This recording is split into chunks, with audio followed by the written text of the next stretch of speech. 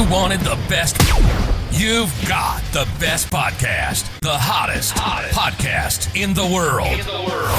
The Chris Voss Show, the preeminent podcast with guests so smart you may experience serious brain bleed. The CEOs, authors, thought leaders, visionaries, and motivators.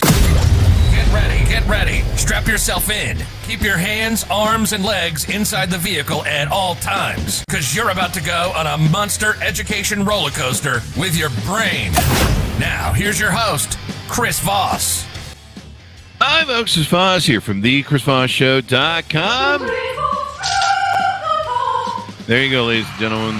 When the Iron Lady sings it, that makes it official. Welcome to the show. As always, we appreciate you guys being part of the Chris Voss Show elite group, where we bring you the CEOs for 15 years, the billionaires, the Pulitzer Prize winners, the authors, the people who bring you the most smartest minds, the White House advisors, the government workers, people who are politicians as well. We include the politicians. It's an act of charity.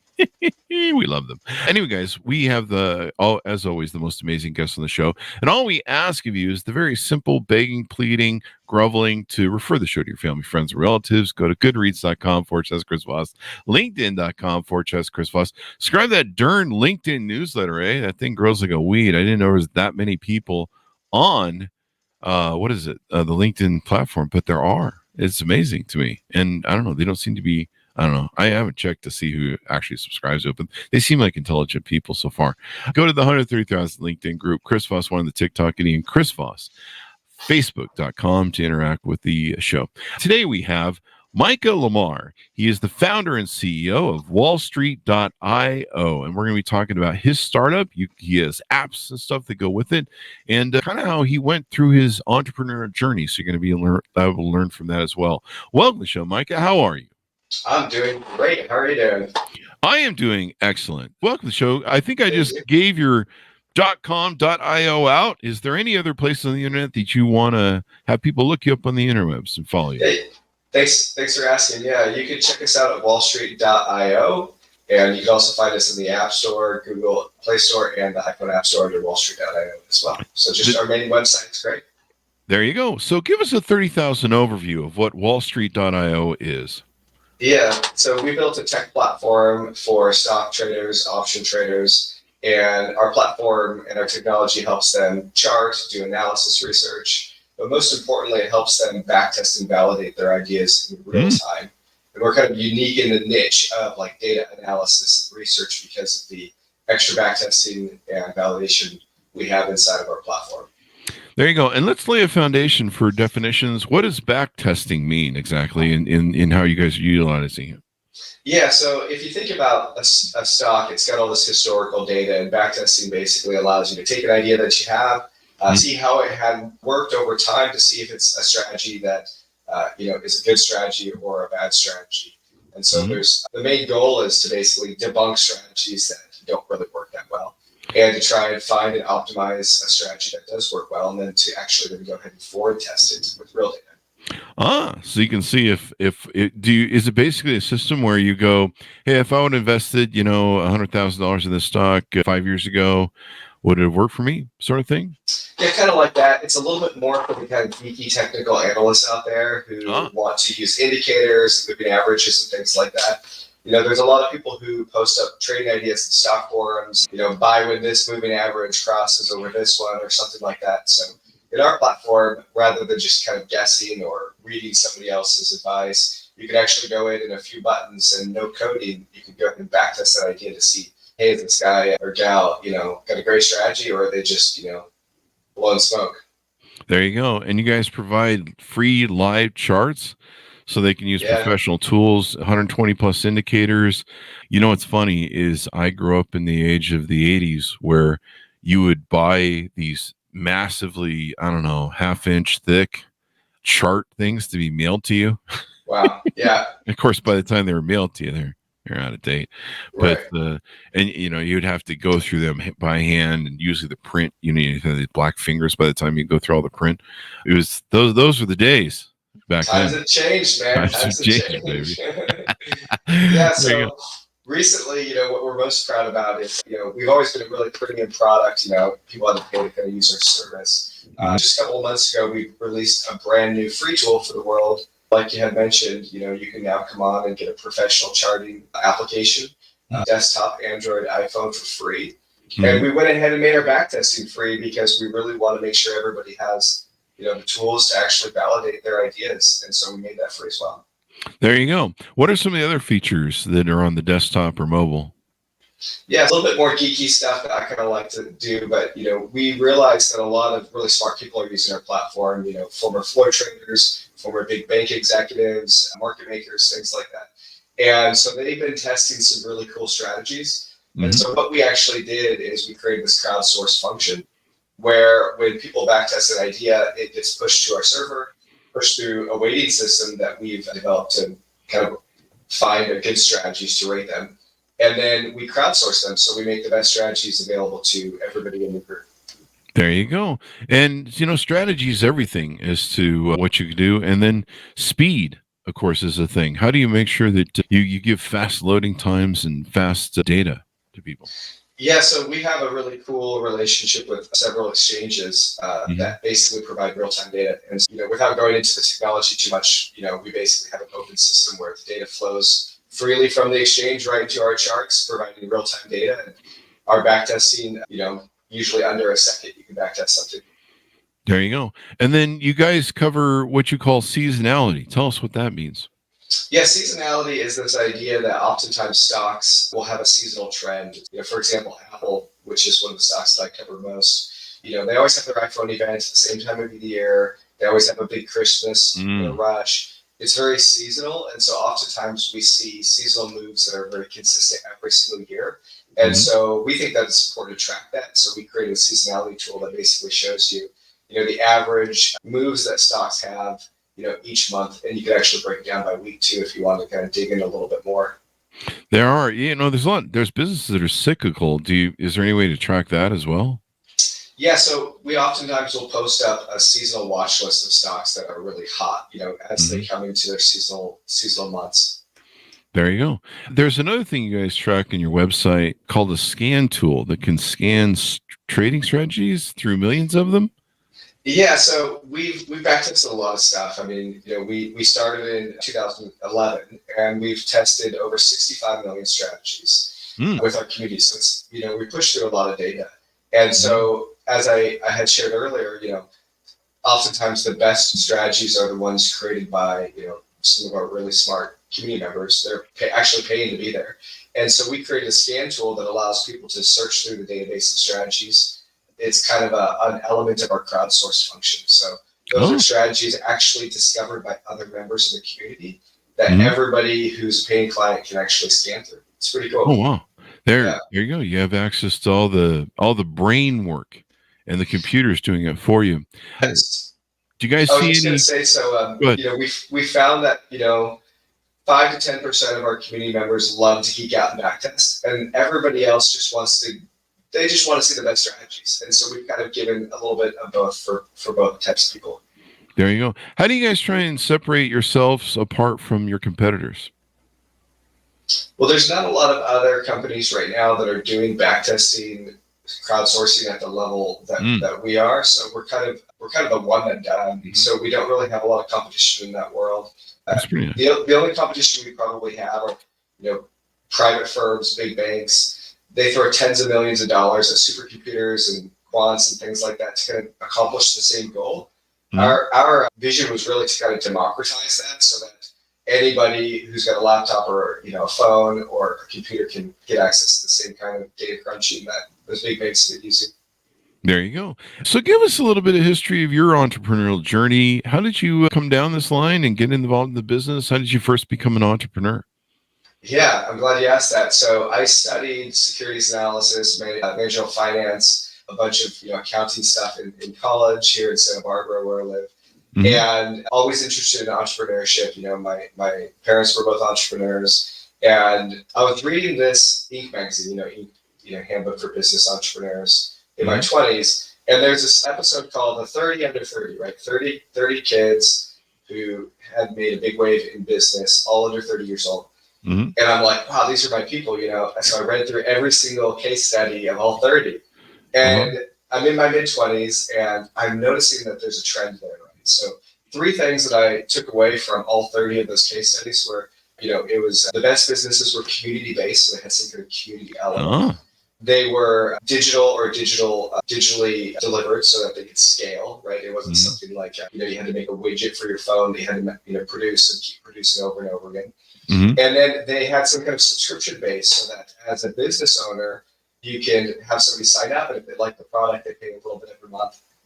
And then that gives the company lots of good resources monetarily to continue to reinvest and grow the business and the product and make it better over time.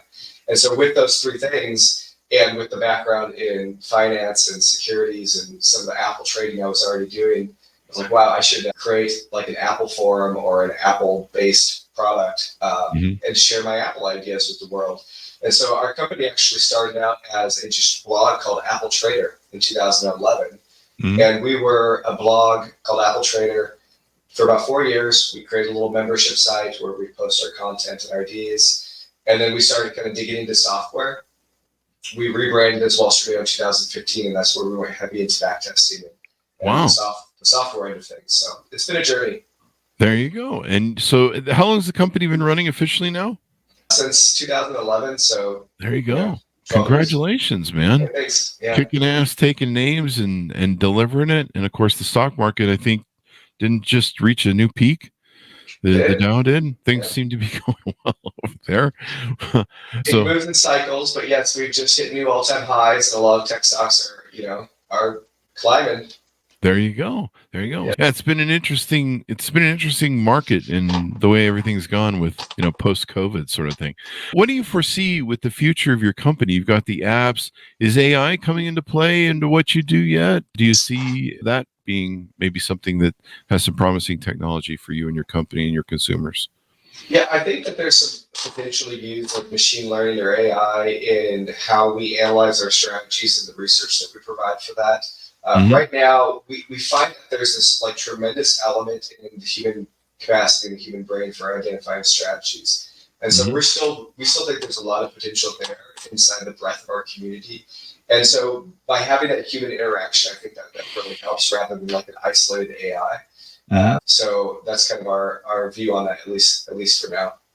Yeah, if you know, there's this AI has the process to, you know, suck up so much data and then process it ultra fast, Speedy Gonzalez type thing. I'm not sure that's the technical term.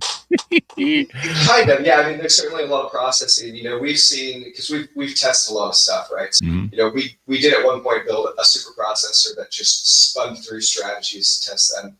But what we found was, you know, it tended to kind of do this thing called curve fitting a little too much, which is basically finding the ideal scenario for the past, and then you're always going to find something that's amazing out of that. But it doesn't necessarily mean that it's going to forward test or trade well in the future. So we found that by that super processor route, we tended to get overfitted strategies versus the human element and human touch. We're able to kind of go in there and use some of the ideas and technical ideas that people have been trading with for a long time.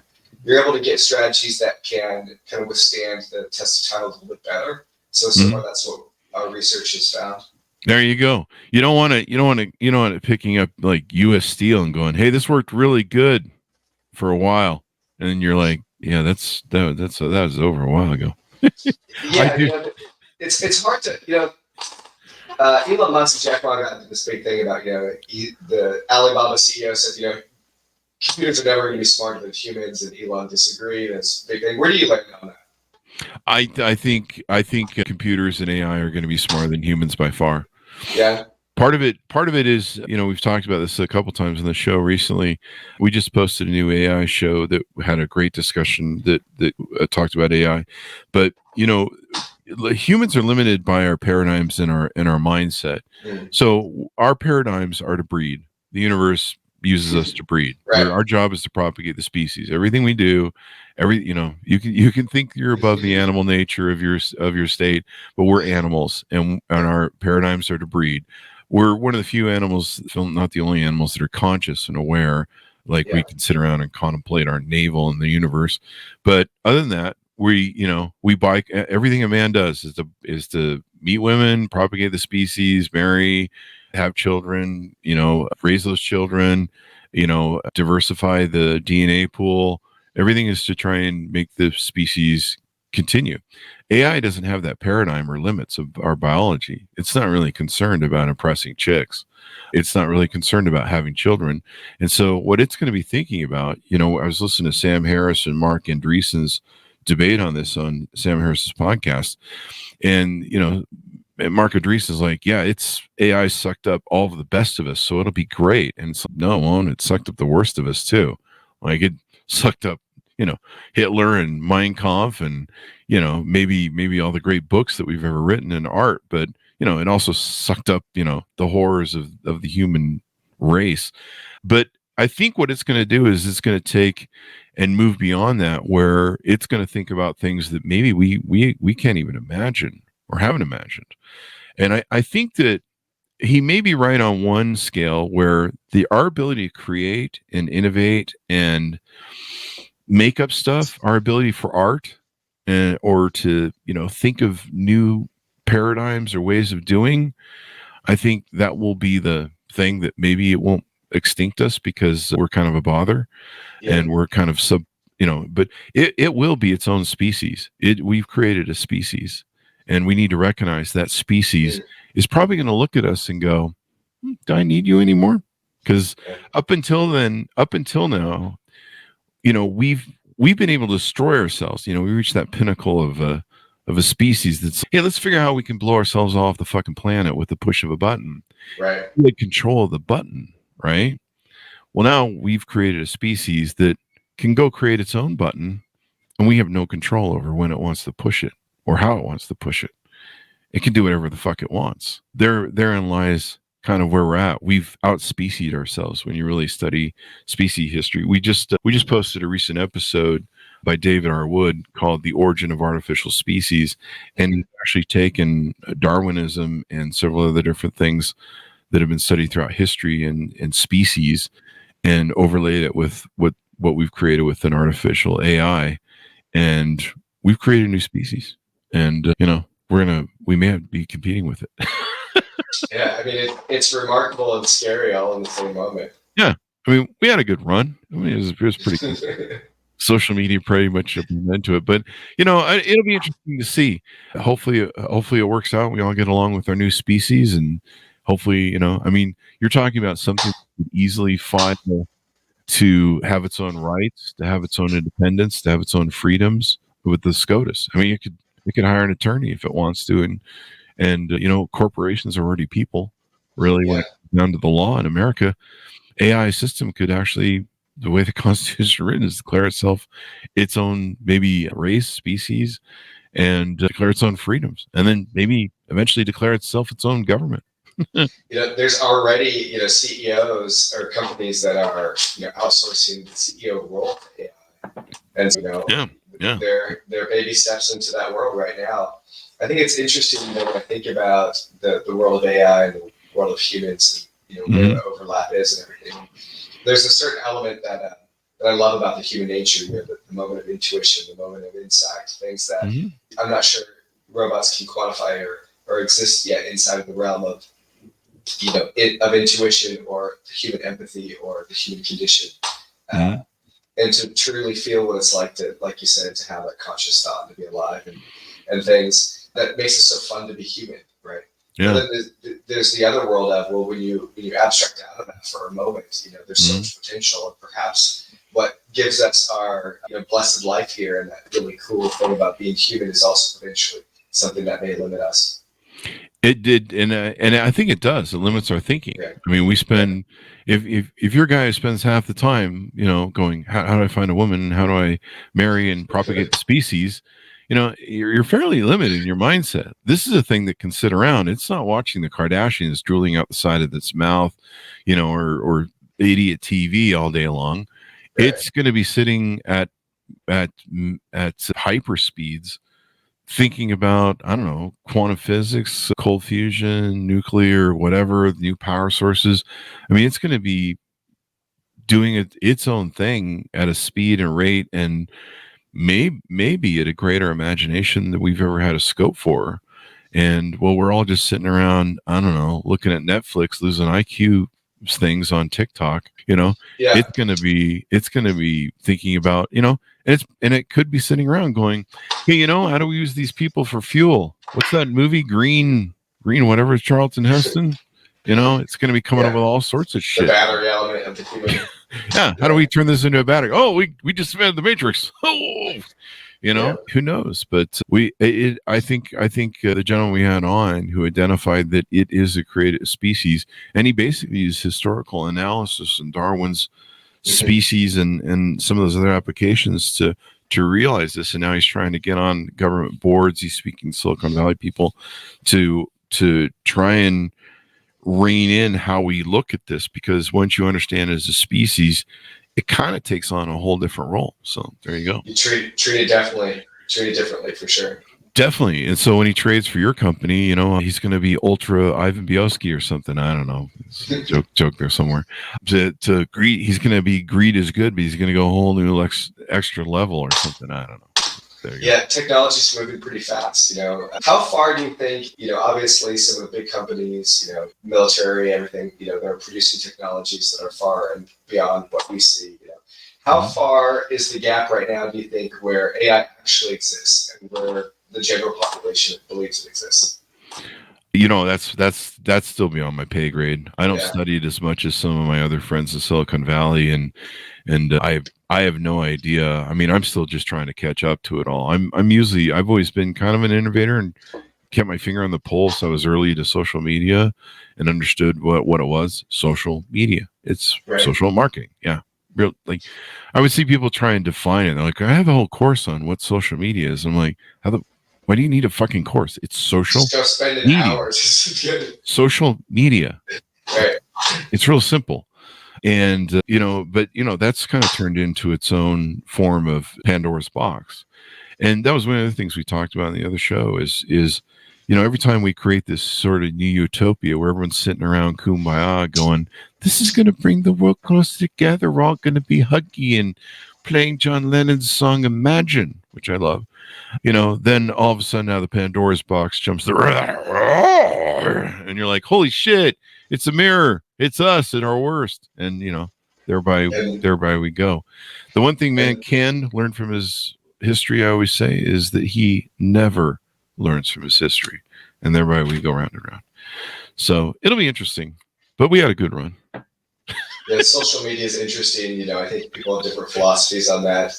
Yeah. It certainly has a huge diction element to it. And I think that becomes an issue with self-confidence, especially as people are coming up in their teenage years. And, they say your human brain's not even fully developed until you're 25. And it's very open to influences and things. And I can just imagine, as a teenager nowadays, with the influences of that, really distorting what the true reality is of our life and what's possible when they see, all the influencer celebrities doing these things that they think is normal. I think it's actually more harm than good.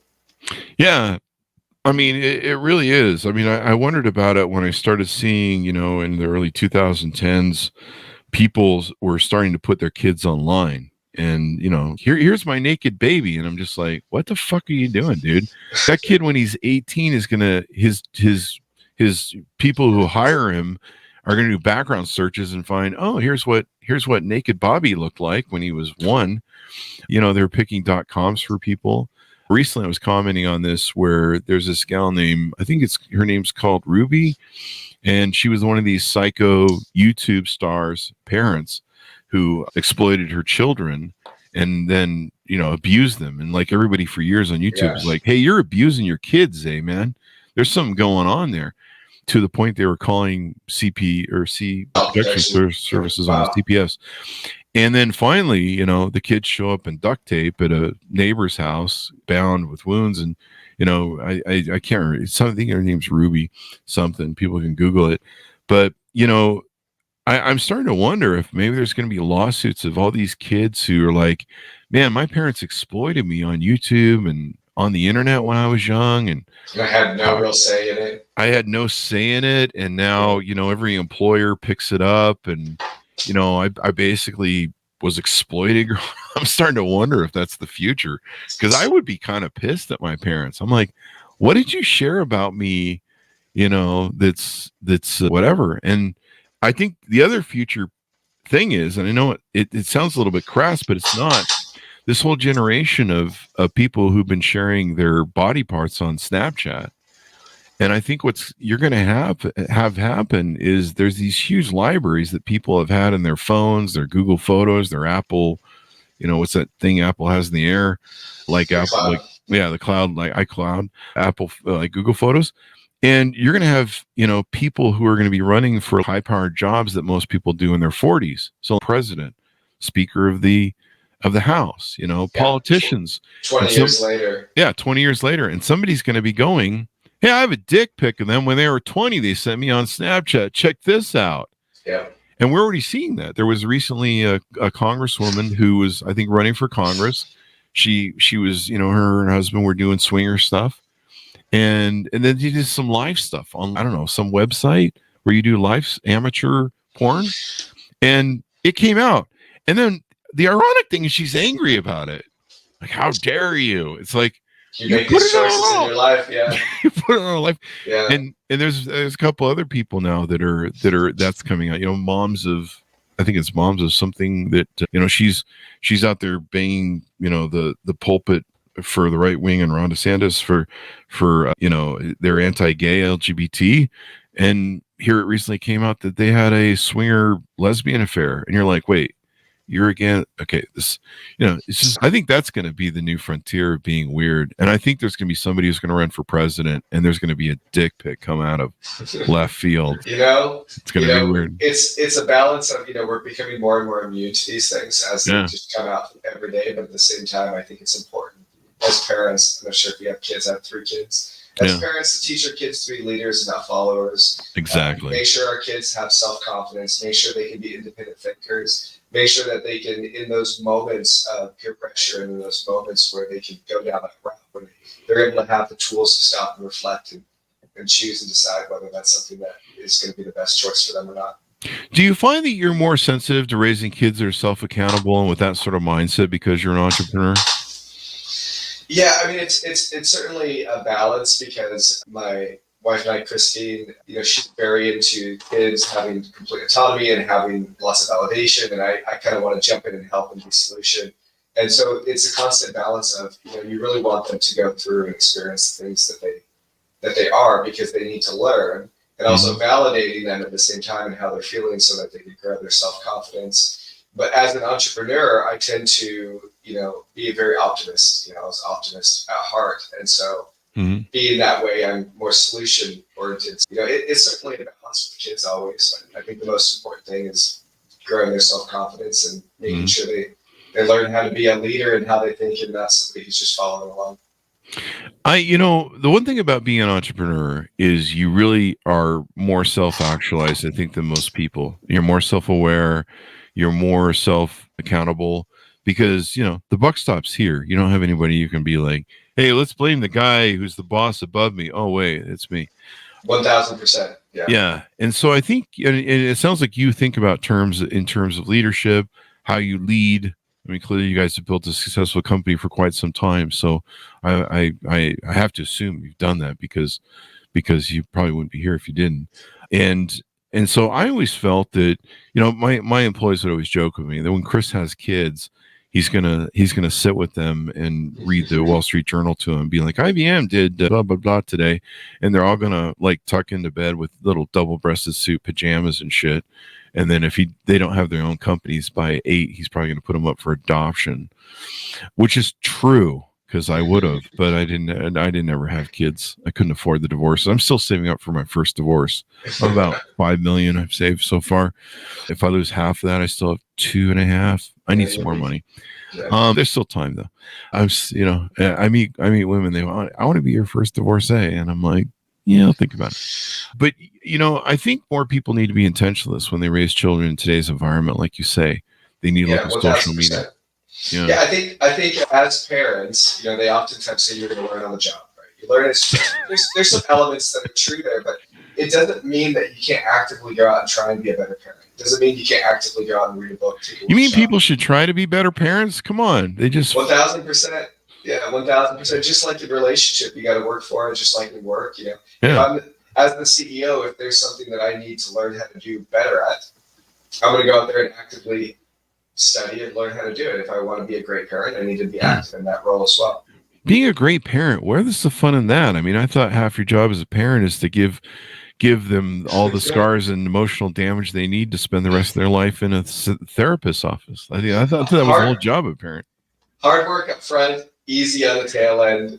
You know, I see our kids, because we do something called like restaurant manners at home, where we're eating dinner and we have certain things that we do while we're eating that then we can take to restaurants so that we don't have cavemen at the table. There you go. Right? And I see other parents, and you know, I don't know how you feel about this, like the iPad while the kid is eating. Oh, God. You know, instead of having a conversation with the kids or having them be able to actually sit through a restaurant without losing their mind. You know, it's all those things that you do that are hard up front, but there you go. Great on the tail end. So duct tape, basically. No, duct tape, and then the screen just right to their face. We're going to be there soon, though. I mean, the Apple Vision Pro is coming out supposedly in another month or so, and you know, I'm not a big fan of wearing electronics on my body. I bought the Apple Watch. I didn't like it because I just don't like electronics on me. But I'm a huge fan of Apple, and I think that this is actually going to open up another $100 billion ecosystem industry, just like the App Store did. And there are businesses that will be created over the next 10 to 15 years in AR, augmented reality, on the Apple ecosystem that they're creating that we can't even think of yet. You know what I mean? Just like the App Store, like 17 years ago when the iPhone launched, you know, we would never have imagined all the multi-billion-dollar apps that have been created in the last 15 to 17 years. And I think we're entering that new phase right now where it's going to be huge. This is why I kind of focus a lot of my energy on Apple analysis and the growth of the ecosystem at Wall Street AO. And I think that while it is kind of weird to have a device right in your face, I do think it's going to open up a $100 billion industry. And I'm really excited to see all the stuff that comes out of it, actually. There you go. I sweat like a pig. And so, I think you're right. I think it's a very cool technology. Maybe the young kids will enjoy it more. Having a heavy thing sitting on my face that I'm just going to sweat and fog up. But,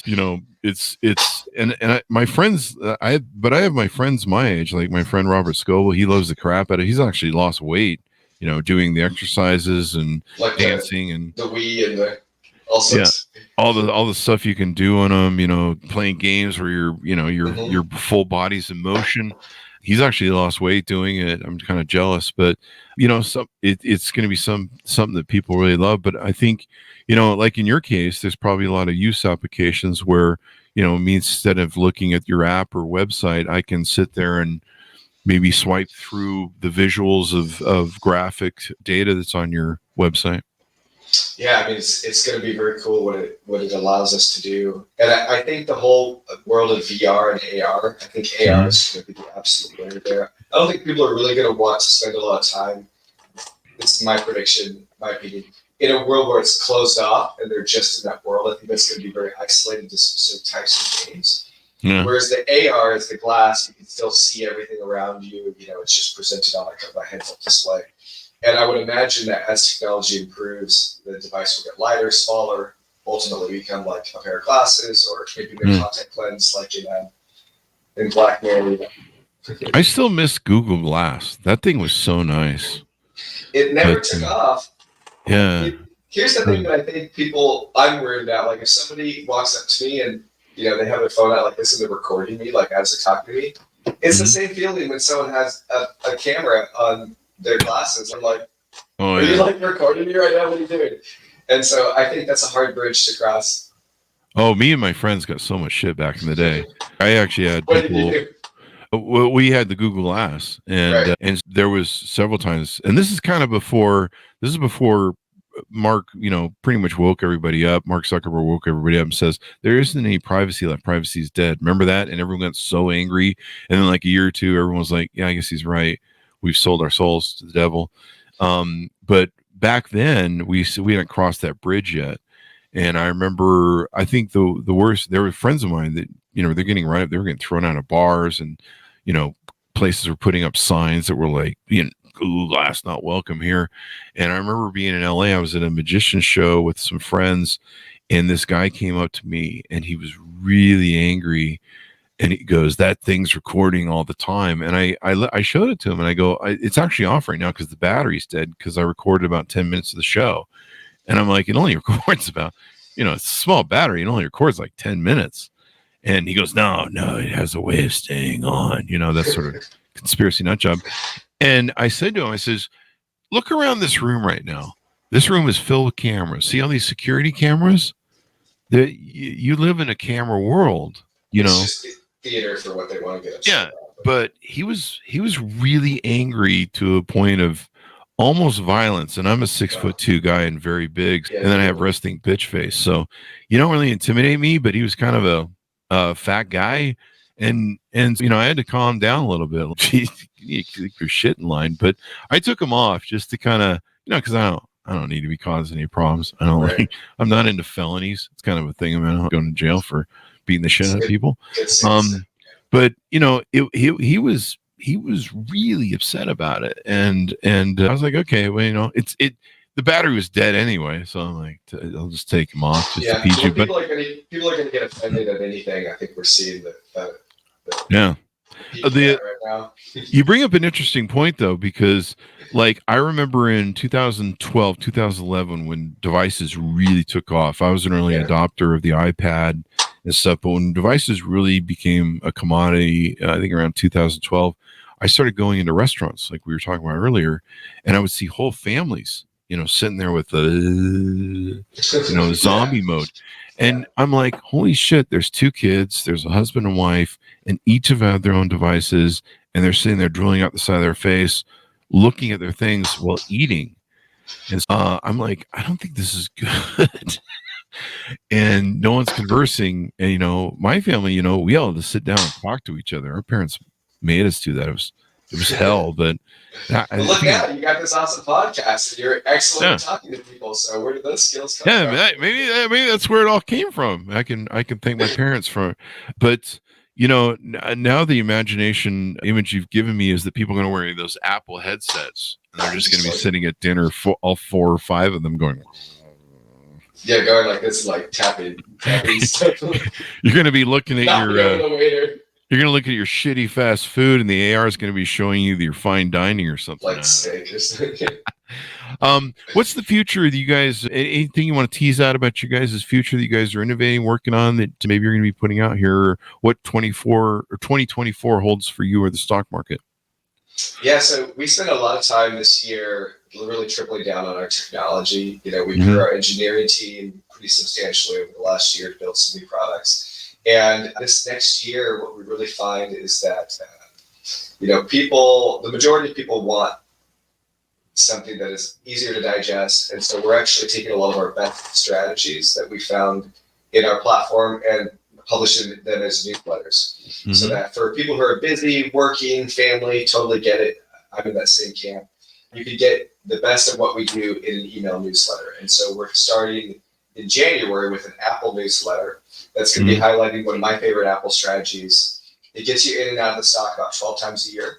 And it averages about 36 to 48% a year over the last 5 years, which is great compared to the S&P 500. And it only ties up your capital 35% of the year. So if you have a high interest savings account or something like that, you earn interest while you're not in the stock. It catches most of the big upswings in Apple, avoids the big downswings, which are emotionally challenging for a lot of people. And what we're really looking forward to next year is taking our strategies, putting them together in some really cool newsletters, and getting them into people's inboxes, which is going to be a great way for them to be able to absorb that content, make some new actionable investments from it. There you go. Maybe you could go retro and do those mailouts that we used to do when I was studying to be a stockbroker when I was 20 and stuff. The big, a big pamphlet of research and data. Thick book of charts. I remember my fingers would turn black. I wish I would have kept one because just in all my records. Right. I wish I This would've one will self-destruct in 30 seconds. You could roll them up and burn them as a log if you ever, I don't know, if we ever turned into a nuclear winter. You're like, we can live on these things. But they're really interesting. The stock market, tell me what you think about it. I mean, it looks like we've peaked on what the Fed is trying to do to rein in inflation. There's predictions from everybody up to, I believe, Jamie, what's his face? It's Jamie Dimon, that we're going to have, I believe there's 3 rate lowerings on the books. We're in this kind of a new weird era where the baby boomers and some of the Gen Xers retired early. So we don't have as many workers. We're actually, struggling to fight over workers. And so there's kind of this new era of productivity where, we're there. I think one of the biggest weights on the market might be, I was reading yesterday on LinkedIn that the office glut of empty office space and failure is going to double, go to maybe 20%. And that's kind of more of a bank problem than is our problem. I think somehow they're going to have to try and convert that into residential units is the only way to save that. But other than that, that's the only problem I see coming forward on the economy. And other than that, I think it's just productivity, mainstream. The Fed's kind of adopted to, this tighter workforce and how we don't have to do a bunch of layoffs to cool the economy. And so I think interest rates are going to go down and kind of get back into a thing. I think inflation might finally calm down maybe a little bit. I could be wrong. And I think that might lead to a really good year for the stock market maybe next year. What do you think? Yeah, I think we're kind of headed to what I like to call a super cycle. This is where we get a few years of good solid growth, especially on the back of a down year, which we had, last year, a year or so ago. I agree. We only have a couple of big challenges ahead of us from an economic standpoint. Commercial Armageddon is one of the biggest ones. State Street in Santa Barbara, when I moved here, almost 20 years ago, was the bougiest place, all this great shopping, and now a third of the places are empty. Yeah. And what are we going to do with those extra places? Residential makes the most sense to convert them somehow to do that. I think that as we have these obstacles, it's just more opportunity to try and create a solution for them. The economy, I would never bet against the U.S. economy. We're just so strong. We're innovative. We're always going to pull through, and the U.S. stock market is a good reflection of that type of innovation. I'd be focused more on technology. The NASDAQ, the QQQs has outperformed the S&P 500 almost always. I like to have an emphasis in technology stocks for that reason. And, I wouldn't bet against the U.S. economy. I think we'll have our ups and downs. It almost feels like we've already kind of gone through a recession. And I know the definition of recession has kind of been altered recently. But I think that things have already been tough. I mean, if you look at, the pandemic that we had, everything after that, we went through this quick boom. And then all of a sudden, a bunch of people got laid off. It's sad to see that people got laid off, and at the same time, it's what companies sometimes need to do to kind of flush out the flarf. Yeah, but there was so much demand for those employees. I mean, a lot of them just got scooped right back up. I've never seen a time like this where, everywhere I go, is like hiring employees. The joke was before the pandemic, we were all sitting around arguing politically. Oh my God, if you take things to $15 an hour, the economy will crash, we'll go bankrupt, and companies will fail, and we can't do this. And now I think I was reading the other day, like 23 or 25 states will be amending their laws for minimum wage, and it's $15 plus. $15 plus. It's the competition. Like there's restaurants around here in my area. There was one that was offering patrons on a door sign. They're like, we'll give you $100 gift certificate for free food here if you refer somebody to work here. Like the fight, it's a battle. Yeah. It's just a fight for employees. And I think in the service world, that's just going to keep being the thing for sure. Yeah. It has been an interesting thing in technology. We've seen a lot of people who are, I don't know if you've heard this whole thing about like holding multiple jobs secretly. Did you hear about that? Yeah. A lot of people do that during COVID and remote work. Yeah. Right? They're like, I'm going to have 3 jobs, full-time jobs. I'm going to do all of them kind of crappy, but I'm going to get 3 salaries out of it. That's a challenging place because I get it, but as a business owner, that's I have my own opinions about that kind of stuff. There you go. Well, remote workers they have so much power now because they can quit. We talk about that a lot on the show about leadership, where it's always been where people will quit a job if there's shitty leadership, and so nowadays even more, you've got to have great leadership. Well, working with remote work, because it's hard to. I think there's a little bit more challenges to being a great leader when people aren't in the room with you. Or there's hybrid, but there's also different challenges. To me, it's harder to inspire people over Zoom than it is to do in person. But those are some of the challenges that people are going to have. Remote workers working multiple jobs. We see the resurgence of unions and the power of employees and stuff. So it's going to be an interesting world. But I think productivity wise, it's going to go through the roof. And online power with companies like yours and other things. That's just going to feed into it. I saw if you saw the recent Black Friday, no one showed up for Black Friday in stores. It's all digital now. Yeah. 1,000%. Yeah. It was amazing. I'm like, at first when I saw the videos, people were like, yeah, it's 8 a.m. here in Walmart and there's nobody murdering each other or trying to stomp over each other. We still have a whole stack of TVs. And I'm like, wow, we finally crossed that threshold. That turning point. It's amazing. I think digital technology productivity, will only increase as the tools that we use to have, improve over time. So there you go. Thank God the Chris Voss Show is online. We don't send out a mailer on. every day you send out a different little thumb drive for the download. We'll send out the little thick things that we used to do with the stock market. Well, Micah, tell people how they can onboard with you, check out your product and all that good stuff. Do they need a minimum qualification or minimum investment or anything like that? Yeah, so I'm glad you asked that question, Chris. So Wall Street AO, our base membership is free. So all you need is an email. You can go to wallstreet.io, sign up with an email, confirm your email, and then you get access to our professional charting tools with real-time data. It's $0 a month. That's a really great place to start. And so we built that so that people who are just wanting to get started, instead of paying a really big membership fee for charts or data or anything like that, get started for free at Wall Street AO. There you go. Do it now or else. There you go. wallstreet.io. Thank you very much for coming on the show. We really appreciate it, man. This has been a great discussion. Absolutely. I appreciate you having me here. There you go. And thanks to our audience for tuning in. Go to goodreads.com/Chris Voss, LinkedIn.com/Chris Voss, Chris Voss, one on the TikTok. And you subscribe to the big LinkedIn newsletter and the 130,000 group over on LinkedIn as well. Thanks for tuning in. Be good to each other. Stay safe. We'll see you guys next time.